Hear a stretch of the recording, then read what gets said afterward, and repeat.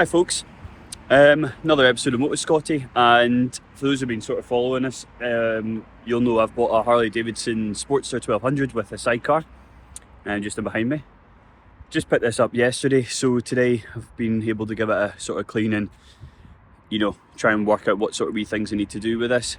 Full disclosure on this, I did buy this sold pretty much as trade for Billion Motorcycles, who are absolutely fantastic.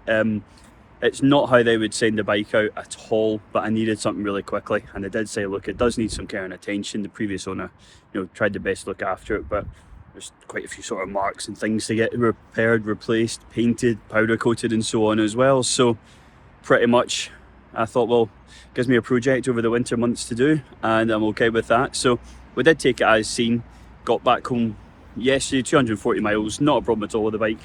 And yeah, we'll just go around and see the wee things that I need to do to get it all spot on and ready to go. Okay, so it's a 2019 1200 Sportster. Obviously the bigger engine size compared to the 883 Sportster, which was, the much smaller capacity engine, smaller horsepower. I'm really glad it was a 1200, just to be able to take the sidecar as well. That extra power makes all the difference with it. So a couple of wee things just going about the actual bike itself. It has had a lot of upgrades, so the previous owner spent a wee bit of money on it, which is good. But I like a lot of the Willie G stuff. It's got a lot of the Willie G skulls all over the bike, which is good, even on the backrest here as well, just to let you know you mean business. So bike's probably been left outside, to be fair. I've been able to give it a good clean. It's starting to rain a wee bit, which is typical of Scotland, but we'll just go through it bit by bit what I'd quite like to do with it.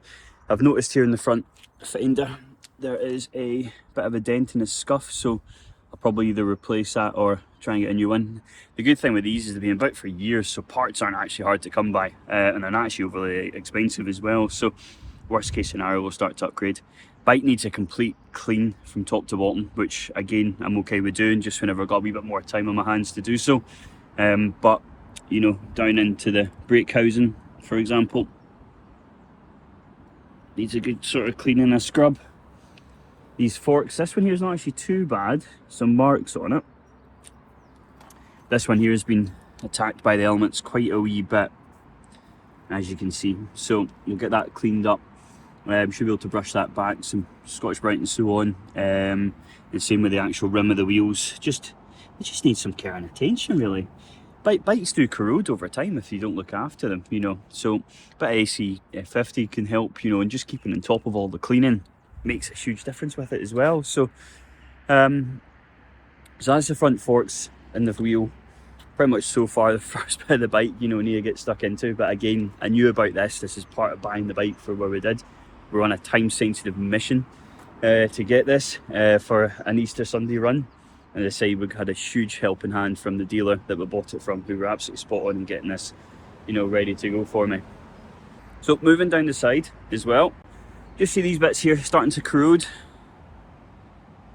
It's not a big job, to be honest with you. A lot of this is easily replaced. It's not overly expensive to do, so it does need a good clean, get some auto sole onto the bits and pieces and just get in and about it all, really. A couple of these wee bits here you see starting to rust.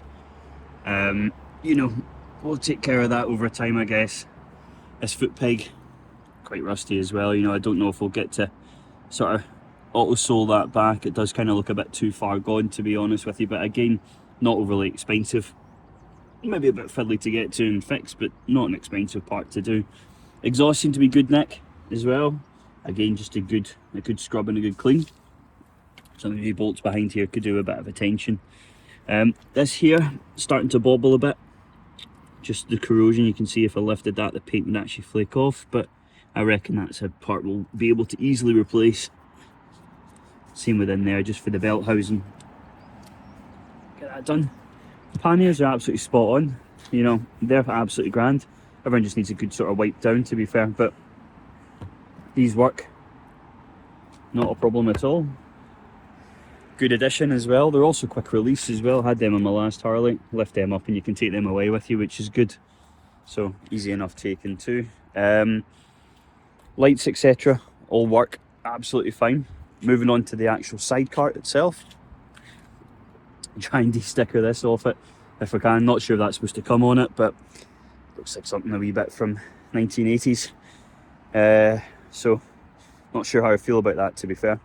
Again, the rack and so on, just wee bits of corrosion and stuff coming through, but I'll get onto that. That's all, again, really easy fix. It's cosmetic stuff. It's not the end of the world at all. This wheel,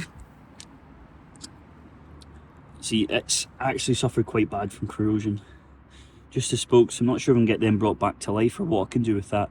The good thing is, that's actually an easily replaceable part. It's about 120 quid from the actual manufacturer. So, worst case scenario, if I can't bring it back to life, I can get a black one fitted onto that for about £120, which, to be honest with you, probably the easiest, most straightforward thing to do. Just to get that there looking spot on as well. This bit here seems to be absolutely grand. Just a couple of bits of corrosion coming onto it, same with the sidecar here. But again, all in all, it's not a bad bike at all. It's just cosmetic stuff. It's a project, use the summer, get some enjoyment out of it, and then come the winter months when everything's, quietens down with the riding, then get stuck into the garage and get it all sort of tarted up and make it look good. But there we go. Overall, I'm really, really pleased with this, and certainly riding 240 miles with a lot of motorways involved. I'm so glad I didn't go for something small, like the BSA Gold Star or the Royal Enfield, because I just think the extra power that the 1200 Sportster had just allowed me to sit comfortably about 60-65 mile an hour. I'm not too sure how 2-up riding would go in a 27 horsepower Royal Enfield, to be completely honest with you, but I'm sure we'd have got there, just slowly. But I suppose that's what these things are designed for, not speed, more for chilling out and taking in all the sights around you. But there we go. So this is going to be a project. We are going to work on this and get it back to life, back looking as best we can, and we'll be able to give updates on it as well. So if anyone else fancies getting involved with a Harley and a Sportster and some restoration, then that's fantastic. Like and subscribe.